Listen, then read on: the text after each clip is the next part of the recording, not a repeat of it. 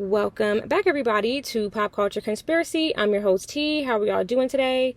And in this video, I'm going to be doing a decode of the Trump verdict, and I'm going to be doing a decode of just like the current state of events in America today. There's a lot of things I'm noticing not kind of like correlating. So before I hop in, please like, share, and subscribe, turn on your notifications, and let's talk in the comments.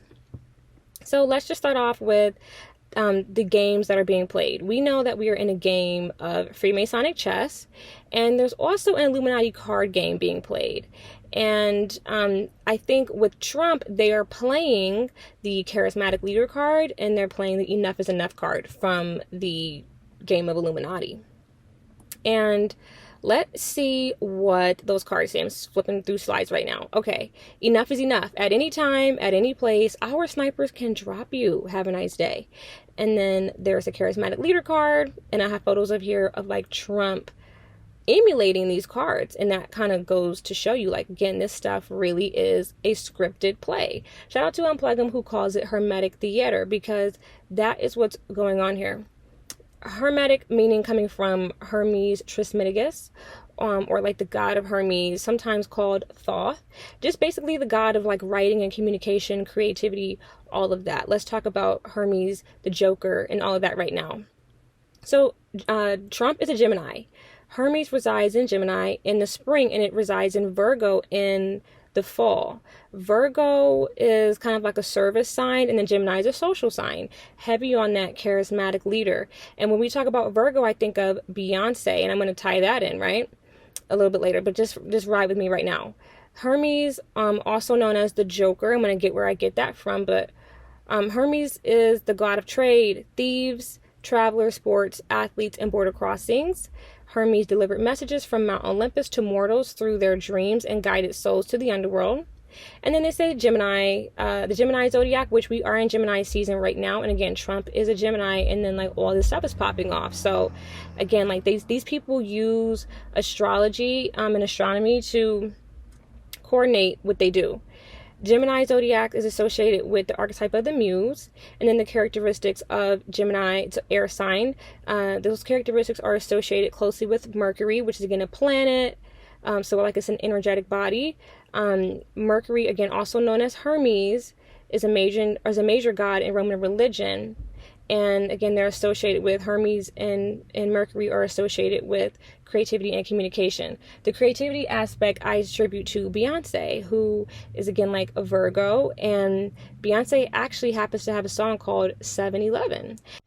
And we know that 7 in itself is like a number of luck or a number of completion, 7 days in a week, because God took 7 days to make the earth. So 7 in itself, again, highly occult number. 11 also relates to doubles, or like mirrors within people, twins. 11, think of the girl from Stranger Things. 11, her name is 11 because she's an MK Ultra programmed a child. So I was gonna say little girl, but child, little girl, anything. She's MK Ultra program. Her name is 11. It refers to, again, like splitting of the mind. Double one is something that you find in code. So again, 11 in itself is a double related to elevators and ascension and descension, which we see in Illuminati.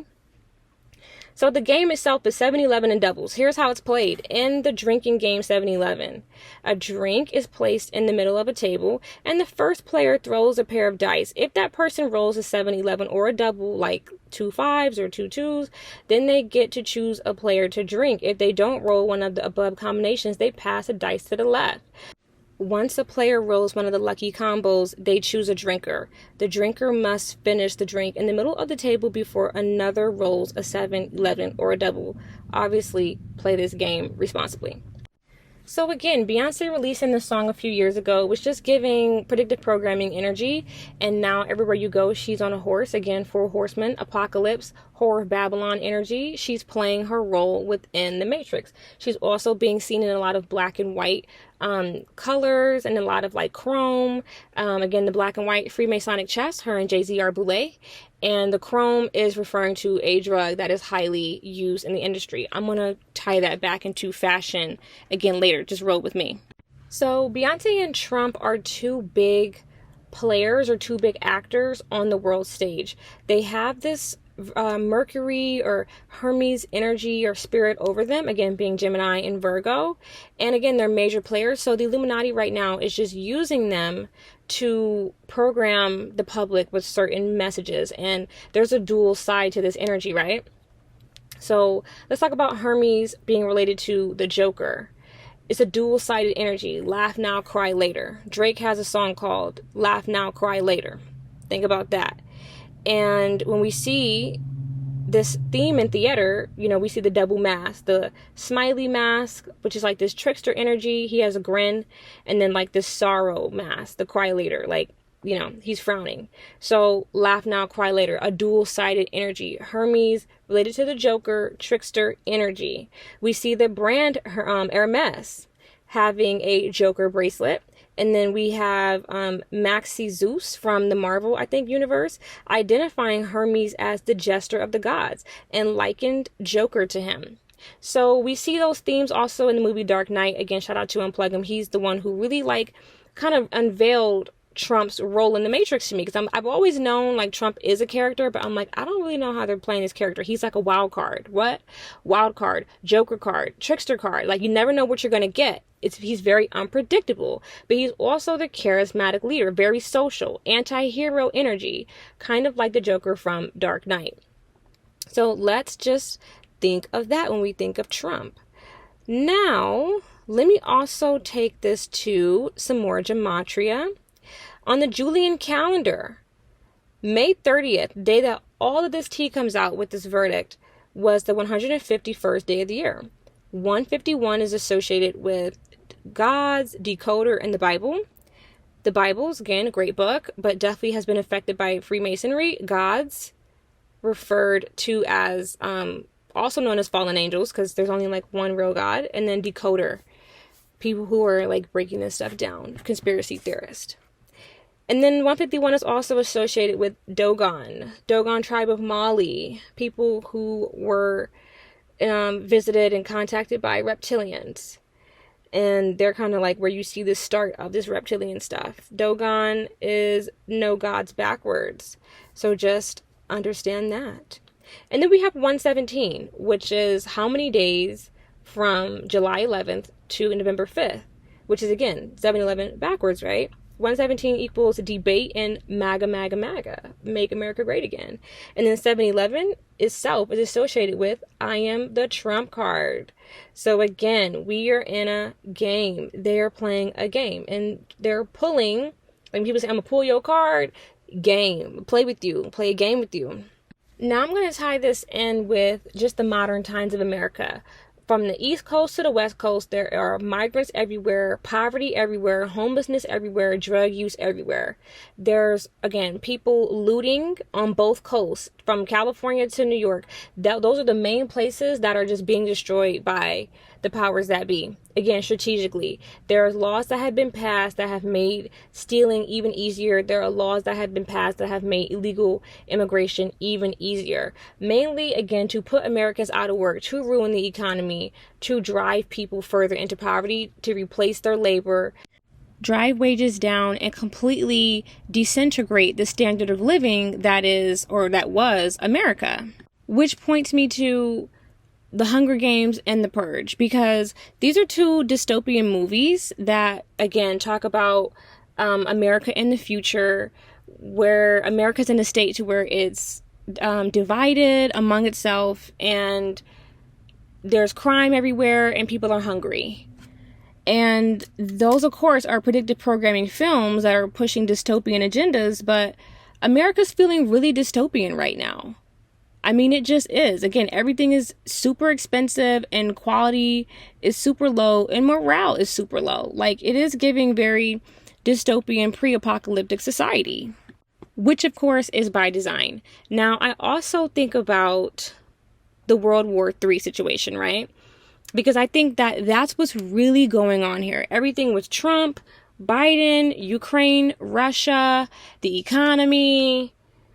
Palestine, Israel, it's all a setup for World War III. So let's quote Albert Pike. Let's read his quote. He says, "The Third World War must be fomented by taking advantage of the differences caused by the agentur of the Illuminati between the political Zionists and leaders of the Islamic world.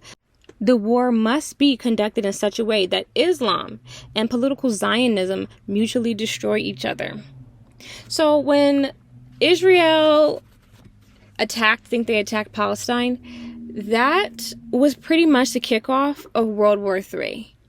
Everything happening in Russia and Ukraine, that's definitely a part of World War III, but I think that's really more so about making people disappear so that elites can have access to a certain drug. I might tie that in with Balenciaga later. But for now, let's continue to talk about World War III and the election and how I think this is going to be set up. Now, somebody on IG, under the name of Symbolism Syndrome, asked the question, "Do you think there will be a 2024 election?"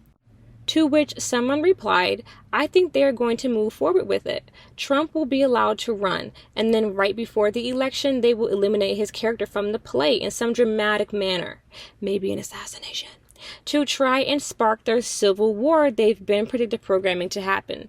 And then again, if we go back to that Trump card, it does say, "At any time, at any place, our snipers can drop you.